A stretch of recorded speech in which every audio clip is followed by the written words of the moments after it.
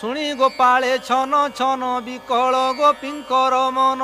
एक आरे मुख चाही कहती बाई प्राय होई शुण गो सखी विपरीत आसी जे अछि कंसदूत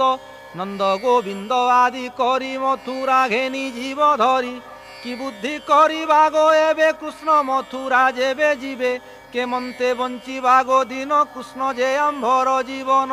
कांदंती दैव सुमरी